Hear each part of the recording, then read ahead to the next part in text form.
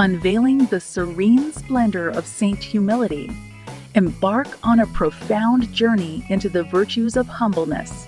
Discover the untold secrets of embracing humility and experience the transformative power it holds.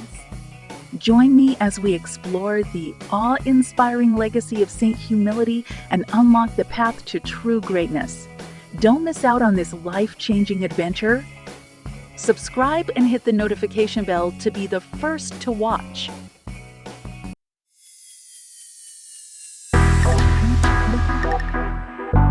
Welcome to Saints for Today, the ultimate destination for learning about saints and their inspiring stories. Our channel features daily videos on various saints, their lives, their teachings, miracles, and anything else that makes them special. Welcome to Saints for Today.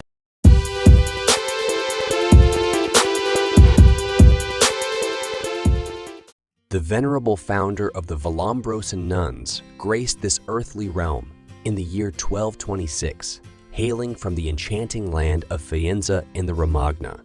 Her esteemed progenitors, who possessed noble lineage and abundant riches, bestowed upon her the appellation Rosanna in honor of their affiliation with the town. Nevertheless, she embraced the name Humility upon entering the sanctified path of religious devotion. At the tender age of 15, her parents, wielding their influence, compelled her into a matrimony with a local aristocrat named Ugoletto. A young man whose disposition was as trifling as his bride's, was earnest and devout. Alas, the heavens bestowed upon her the misfortune of losing both her beloved sons shortly after their baptism. For 9 arduous years, she ardently endeavored to elicit a change of heart in her husband, to no avail. However, fate intervened when a grave affliction brought him precariously close to the abyss of death. Following his recovery, his physicians, mindful of his well-being, convinced him to acquiesce to his wife's plea that they should henceforth coexist as brother and sister. Thereafter, they took refuge in the embrace of the double monastery of Saint Perpetua, situated just beyond the borders of Faenza. He assumed the humble role of a lay brother, while she devoted herself to the sacred chants as a choir nun. At the age of 24, Humility discerned that the monastery's rule provided her with insufficient opportunities for solitude and austerity. Thus, she sought solace first in a dwelling inhabited by the pious Poor Clares, and then in a cell constructed for her by a relative whom she had miraculously cured of a debilitating foot ailment. This cell adjoined the venerable St. Apollinaris Church, featuring an aperture known in archaeological circles as a squint that allowed her to partake in the Holy Mass and receive the sacrament of communion. The religious services in the church were administered by devout souls from a priory affiliated with the esteemed Vallombrosan Abbey of St. Crispin. In accordance with the prescribed ceremonial protocol, the abbot, bearing a solemn countenance, formally enclosed her within the confines of her cell.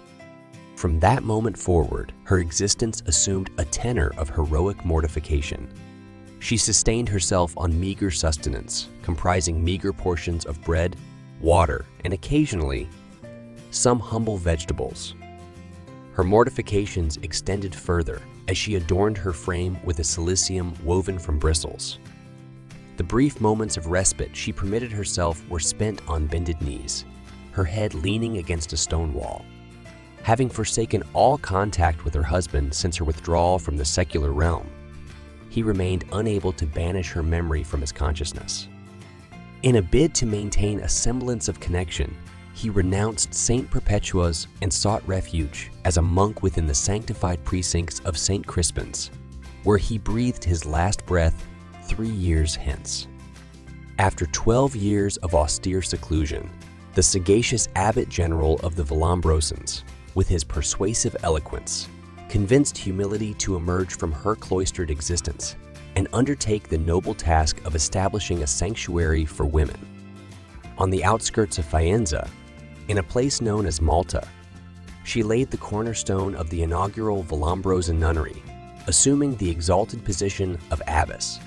This haven, sanctified as Santa Maria Novella alla Malta, bore witness to her dedication and sanctity. Many years later, in the year 1501, the convent, guided by the imperative of safety, was relocated within them. And don't forget to give this video a thumbs up if you found it helpful or inspiring. Your support means everything to me, and it helps me to continue creating content that resonates with you. So, what are you waiting for?